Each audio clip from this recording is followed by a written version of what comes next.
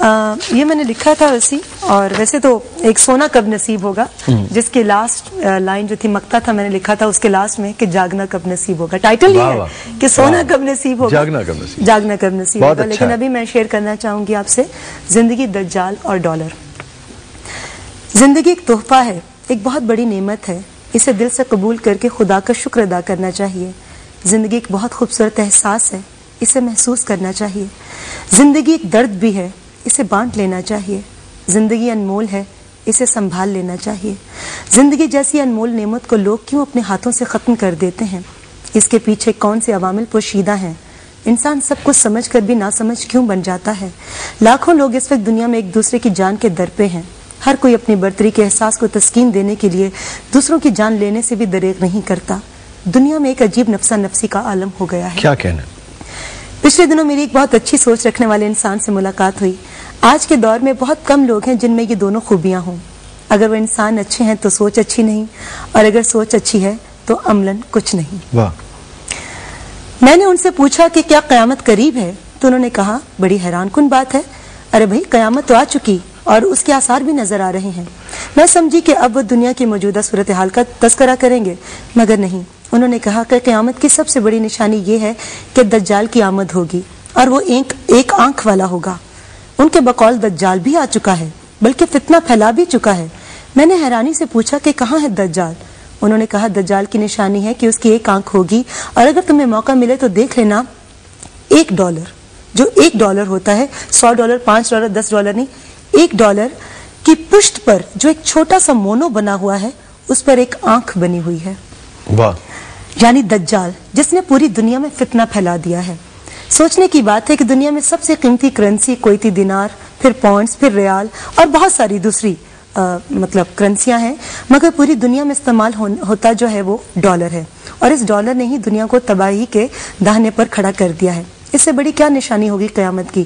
میں نے گھر آ کر سب سے پہلے ڈالر نکالا اور غور سے دیکھا تو واقعی اس پر ایک آنکھ بنی ہوئی تھی. مگر غور سے دیکھنے کے بعد نظر آیا کہ یا خدایا، اتنی بڑی نشانی اور آج تک ہمیں سے کسی کا دھیان اس جانب نہیں گیا. خیر، میں تو پھر بھی یہی کہوں گی کہ برا وقت ہو یا اچھا، جب بھی موقع ملے اپنے آپ کو سدھار لینا چاہیے. مگر سب کچھ سمجھ کر بھی ہم ناسمجھ بن جاتے ہیں، دوسروں کو تکلیف دے کر عجیب سا سکون محسوس کرتے ہیں، اور قیامت کی نشانیوں کو دیکھ کر بھی انجان بن جاتے ہیں. مولا علی علیہ السلام سے کسی نے پوچھا کہ قریب کیا ہے؟ آپ نے کہا قیامت. تو اس نے پھر پوچھا کہ قریب تر کیا ہے؟ آپ نے فرمایا موت. پھر اس نے پوچھا عجیب کیا ہے؟ آپ نے کہا دنیا. اس نے کہا عجیب تر کیا ہے؟ آپ نے کہا طلب دنیا. کیا کہنا؟ اس نے پھر سوال کیا واجب کیا ہے؟ پھر پڑھیے گا حضرت علی کرم اللہ وجہہ کا کال، پھر پڑھیے گا. مولا علی علیہ السلام سے کسی نے پوچھا قریب کیا ہے؟ آپ نے کہا قیامت. کیا بات؟ اس نے پوچھا قریب تر کیا ہے؟ آپ نے کہا موت. پھر اس نے پوچھا عجیب کیا ہے؟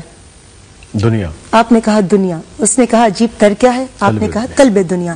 سوال پھر ہوا کہ واجب کیا ہے؟ آپ نے جواب دیا توبہ. اور واجب تر کیا ہے؟ گناہ کے فوراً بعد توبہ. واہ واہ. پھر اس نے سوال کیا کہ مشکل کیا ہے؟